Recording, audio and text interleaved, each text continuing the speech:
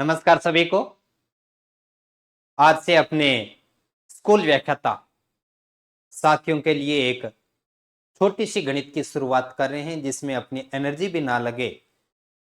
और हमारा एक सबसे मुश्किल और महत्वपूर्ण फर्स्ट पेपर में आने वाला विषय भी तैयार हो जाए।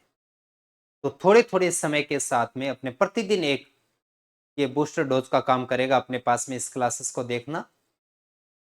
स्कूल व्याख्याता के अंदर आरपीएससी ने अब तक जिस प्रकार के क्वेश्चन पूछे गए उन सभी प्रकार के क्वेश्चनों को आपको वन बाय वन करके आपके सामने लाता चलूंगा और ऐसे क्वेश्चनों को कम गणित सीखने के साथ में कैसे किया जा सकता है उसके बड़े छोटे और आसान तरीके आपको बताता चलूंगा। यदि आप गणित को बहुत बड़ा समय नहीं भी देना चाहते तो मैं ये कहना चाहूंगा कि प्रतिदिन 2 से 2.5 मिनट का समय इस क्लास के लिए निकालते चलिए और प्रतिदिन मैं इवनिंग में आपको एक क्लास उपलब्ध करवाते चलूंगा एक क्वेश्चन के साथ में। तो चलिए करते हैं शुरुआत, लेते हैं अपने आज का पहला क्वेश्चन और कुछ इस प्रकार से 2025 अभी हुई वर्तमान भर्ती के अंदर आपसे एक क्वेश्चन पूछा गया था जिसमें यह कहा गया था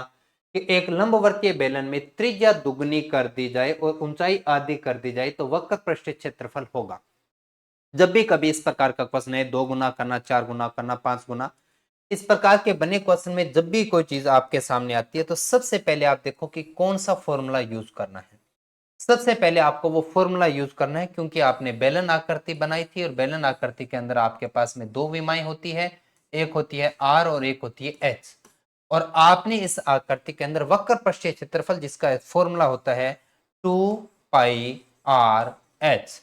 जिस सूत्र पे बना क्वेश्चन होता है उस सूत्र को सबसे पहले लिखिएगा। उसके बाद में अपने सूत्र में आने वाली फिक्स वैल्यू यानी जिसके मान में किसी प्रकार का परिवर्तन होता नहीं, जैसे दो हमेशा दो रहता है, पाई का मान हमेशा पाई रहता है, तो आपके पास में जो पीछे बचा क्या आर एच और इसमें वैल्यू पुट करो और उत्तर प्राप्त हो जाएगा। अब आपने कहा कि त्रिज्या को दुगनी, तो आपको ध्यान रखने की त्रिज्या पहले अपने आप में एक गुना थी, आपने दुगना कर दिया तो त्रिज्या होगी 2। ऊंचाई भी अपने आप में पहले थी 1 और आपने उसको कर दिया आधा, तो 1 का आधा कितना होगा आधा, और बीच में कोई भी सिंबल नहीं, इसका मतलब गुणा करेंगे और 2 से 2 गुणा किया तो मान क्या प्राप्त हुआ 1। और आपको ये मानना होगा, ये समझना होगा कि मूल रूप में इकाई हमेशा हमेशा 1 होती है।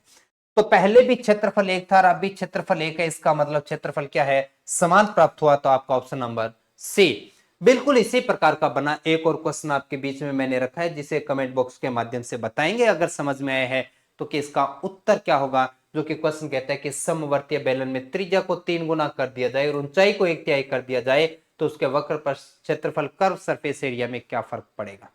बताएंगे कमेंट बॉक्स